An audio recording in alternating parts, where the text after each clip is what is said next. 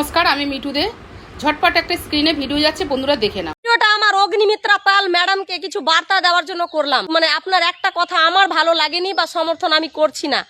হ্যাঁ, কেন করছি না? আমি ভারতীয় নাগরিক, আমার ভালো লাগেনি তাই জানালাম। সেটা কি?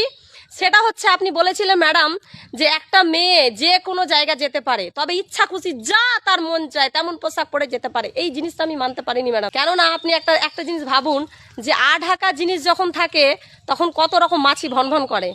হ্যাঁ, কত কিছুই এসে পড়ে যায়। যখন জিনিসটা ঢাকা থাকে তখন কিন্তু পড়ার সাহস পায় না। দয়া করে বলছি ম্যাডাম, মেয়েদের পোশাক নিয়ে দেখা হলো।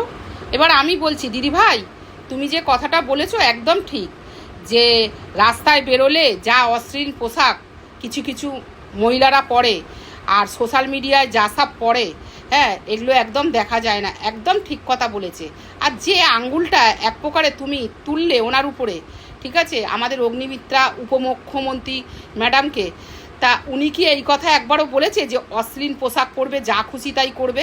উনি কি বলেছে যে এখন খোলা আকাশের নিচে আমরা আজাদ, যেটা আমরা এতদিন আটকে ছিলাম, যে 6টার পরে বেরোতে পারবে না, অন ডিউটির মধ্যে রাত্রি 8টার সময় স্বাস্থ্যকেন্দ্রে নাইট ডিউটি করতে পারবে না। এক প্রকারে এটা কি বাধ্যতামূলক করেছিল, কারণ রেফারদের আটকাতে পারছিল না রেপ থেকে, ঠিক আছে, রেড বেঁধে দিয়েছিল।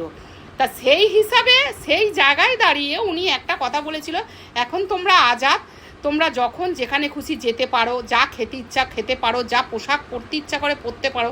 কেন উনি প্রোটেকশান দিয়েছে, ঠিক আছে। এইবার একটা কথা বলছি, সব থেকে বড় কথা, উনি একজন ডিজাইনার। তা মেয়েদের এটা স্বপ্ন যে একটা ভালো ড্রেস পরবো, সুন্দরভাবে রাস্তায় বেরোবো। আমি তোমার কথা মেনেই নিচ্ছি, অশ্লীল পোশাক পরে রাস্তায় বেরোয়, চোখে দেখা যায় না। কিন্তু ডাক্তার যে দিদি অভয়া ছিল সেই রুমে, তিনি তো রেস্ট নিচ্ছিল গা ঢাকা দিয়ে। তাহলে এরকম অত্যাচার হলো কি করে? তুমিও নিশ্চয়ই জানো সোশ্যাল মিডিয়ার মাধ্যমে যে এখনও তোড়ঝড় চলে যাচ্ছে। আজকে তাই সেই দিদি এইখান থেকে নেমেছে, মমতা খাতুন এক্স মুখ্যমন্ত্রী। নালে সে যদি বিচারটা দিত তাহলে আজকে কিন্তু সেই মুখ্যমন্ত্রী থাকতো।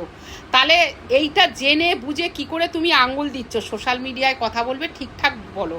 তুমি একটা উপমুখ্যমন্ত্রীর বিষয়ে এরকম না জেনে বুঝে বলতে পারো না, এটা এক প্রকারে তুমি একটা আঙ্গুলই তুললে। উনি কি একবারও বলেছে যে অশ্লীল পোশাক পরো? তাহলে আপনি এইটা কি করে ভেবে নিলেন দিদি ভাই যে উনি এইরকম ইঙ্গিত করছে? এটা তো বলা যাবে না সোশ্যাল মিডিয়ায়। আমি আপনার কাছে একমত যে অনেকে রাস্তায় ওরকম মানে পোশাক পরে দেখা যায় না।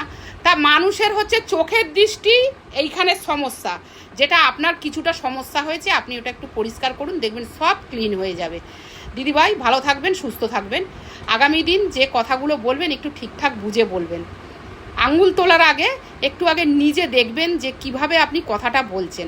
কোনো অধিকার নেই বলার।